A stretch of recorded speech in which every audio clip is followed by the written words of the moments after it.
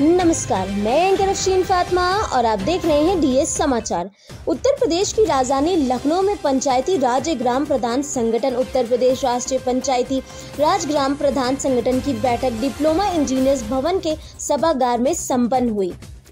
बैठक की अध्यक्षता कौशल किशोर पांडे, प्रदेश अध्यक्ष ग्राम प्रधान संगठन उत्तर प्रदेश ने की। मुख्य अतिथि के रूप में पूर्व राज्यपाल न्यायाधीश पूर्व विधि सलाहकार चंद्रभूषण पांडे राष्ट्रीय अध्यक्ष उपस्थित रहे।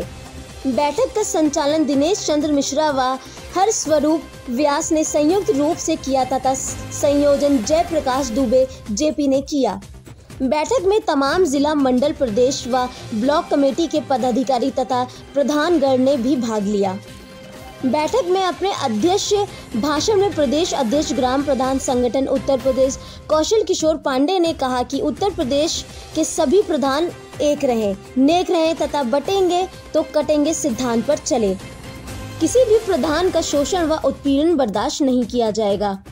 राष्ट्रीय अध्यक्ष सीवी पांडे ने उत्तर प्रदेश में 73वें संविधान संशोधन लागू करने की आवश्यकता पर जोर दिया। राष्ट्रीय अध्यक्ष ने प्रधानों से संगठन को मजबूत बनाने पर जोर दिया। लखनऊ से सुभाष चंद्र की रिपोर्ट। हमारे चैनल को लाइक और सब्सक्राइब जरूर कीजिए। भवन के सामने डिप्लोमा इंजीनियर संघ में आप लोग की जो बैठक हुई है, तो किन मुद्दों को लेकर बैठक हुई? कि आज पंचायती राज प्रधान संगठन की मीटिंग से डिप्लोमा इंजीनियर संघ लोक निर्माण ये विभाग उत्तर प्रदेश में हम लोगों ने आयोजित की है, जिसमें प्रधानों के द्वारा 22 सूत्री मांगें अपने राष्ट्रीय अध्यक्ष चंद्रभूषण सिंह जी के सामने रखी गई हैं। अब उनके माध्यम से हमारी मांगें सरकार के सामने रखी जाएंगी। इसी के लिए आज हम लोग किस तरह के मुख्य मांगे हैं आप लोगों की? हमारी लोगों की मुख्य मांगे मनरेगा के भुगतान से संबंधित मुख्य मांगे हैं, जिसमें कि अभी पिछले योगी आदित्यनाथ जी ने कहा था कि हम डोंगल के माध्यम से प्रधानों से भुगतान कराएंगे, लेकिन उस पर अभी अमल नहीं हुआ। वो मांगे हैं। जब हम लोग किसी अवैध कब्जे को हटवाना चाहते हैं तो हमने लिख करके दिया, तहसील स्तर तक गई। तहसील स्तर के बाद उनको जितने टाइम कुछ धन जो भूमाफिया कब्जा किए हैं मिला, अरे प्रधान जी चलो ठीक है, वो अपनी क्षमता को बढ़ाने के लिए, प्रधान जी को नीचा दिखाने के लिए काम करते हैं। दूसरी समस्या, जहाँ कहीं खनन हो रहा है उनको फोटो गई, प्रधान जी आपके गांव सभा में खनन हो रहा है, हम प्रधान को पता भी नहीं है, लेखपाल जी को पता है खनन हो रहा है, प्रधान जी आप खनन करवा रहे हैं। जब प्रधान को पता होता, प्रधान खनन करवाएगा तो आपको पता थोड़ा चलता। प्रधान को खनन करवाना है, रात में करवा लेगा, तुम तहसील में सो रहे हो, खनन आप करवा रहे हैं, पैसा आप ले रहे हैं। प्रधान अगर उसको रोक रहा है तो उसकी एप्लीकेशन ले रहे हैं, इंडोज कर रहे हैं, इंडोज करने के बाद थाने में दी जा रही है, लेकिन वो वहीं से निपटा करके, क्योंकि जीसीबी माफिया वाले आए, पैसा से संबोधित किया, हम लोगों की समस्या है, कह अरे प्रधान जी हटाइए, छोड़। अच्छा, दूसरी समस्या, प्रथम समस्या ये हो गई। दूसरी समस्या, राज्य वित्त और केंद्र वित्त दो सरकार के अहम पहलू हैं।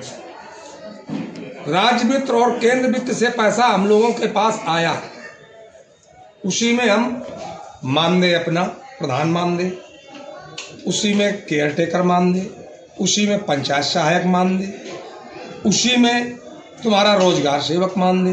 2021 में मई में हमारे लोगों के चुनाव हुए थे, तो हमारा कार्यकाल 5 साल वैसे भी हमारा मई तक जा रहा है, फिर भी हमारी जून में हम लोगों की शपथ ग्रहण हुए, तो हर कार्यकाल हमारा 5 साल का जून तक जाना चाहिए। जितनी समस्या आपने बताई है उसको लेकर क्या शासन प्रशासन को कोई ज्ञापन अपना कोई? अब हमारे माननीय राष्ट्रीय अध्यक्ष जी, प्रदेश अध्यक्ष जी, महासचिव जी सब बैठे हैं, हम ग्राम श्रवण पे जी रोल।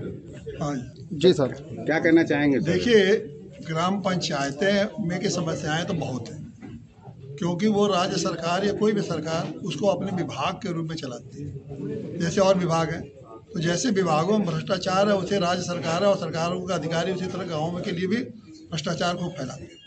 तो हम लोग की सबसे बड़ी ये मांग है कि जो संविधान के व्यवस्था है, अनुच्छेद 243 में, उसके अनुसार गाँवों को ये व्यवस्था ये बनाई गई है, गांव भी एक सरकार की तरह चलेगी, यानी कि ग्राम पंचायत एक सरकार की तरह चलेगी। तो हम लोग कहना है कि जो संविधान की व्यवस्था है और उनको जो 29 अधिकार दिए गए हैं, ये अपने ढंग से चलाने के लिए वो सारे अधिकार अगर ग्राम पंचायतों को दे दिए जाएं तो गांव भी एक सरकार की तरह चलेगी और छोटी मोटी समस्याएं समझ लीजिए गांव की अपने आप खत्म हो जाएगी। तो गांव एक गुलाम की तरह नहीं काम करेंगे, वो भी सरकार की तरह काम करेंगे। जैसे केंद्र सरकार, राज्य सरकार करेगी, वैसे तरह वो भी स्वतंत्र रूप से अपना गांव चलाएंगे।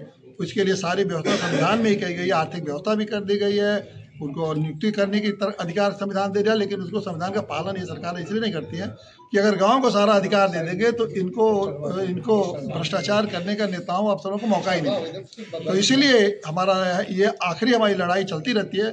साथ साथ वो लड़ाई हम जब हासिल कर लेंगे, गांव सरकार को बना के सफलता जब हासिल कर लेंगे, उसके पहले जो गांव की तमाम समस्याएं हैं, जैसे हमारे प्रदेश अध्यक्ष ने बताया कि रोज़ कोई न कोई समस्याएं होती हैं और गांव और प्रधान तो इतना परेशान रहते हैं कि एक एक अधिकारी, एक एक छोटे छोटे कर्मचारियों के पीछे घूमते हैं, जबकि हमारा प्रधान अपने गांव का मुख्यमंत्री है। यही संवैधानिक व्यवस्था है। तो उस मुख्यमंत्री को एक चपरासी की तरह ट्रीट करते हैं सब ये जितने अधिकारी हैं।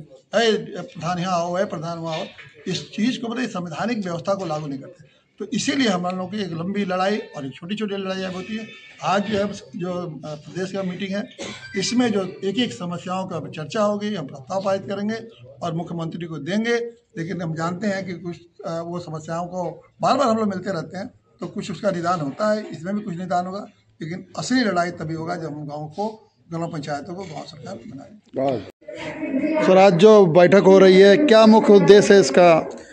ये हमारा राष्ट्रीय पंचायती राज ग्राम प्रधान संगठन जो उत्तर प्रदेश का है, उसी को लेकर हम लोग संगठित हुए हैं, उसी को लेकर इकट्ठा हुए हैं। हमारे ग्राम प्रधानों की जो विशेष समस्याएं हैं, कहने को तो गांव की सरकार है लेकिन पावर कुछ नहीं हम लोगों को दिए गए हैं।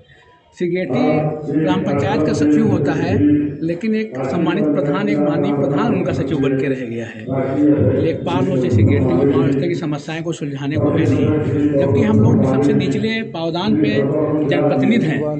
हम लोग नीचे से ऊपर लेकर सरकार तक बनाते हैं, संगठित होकर सरकार के लिए काम करते हैं और कर भी रहे हैं।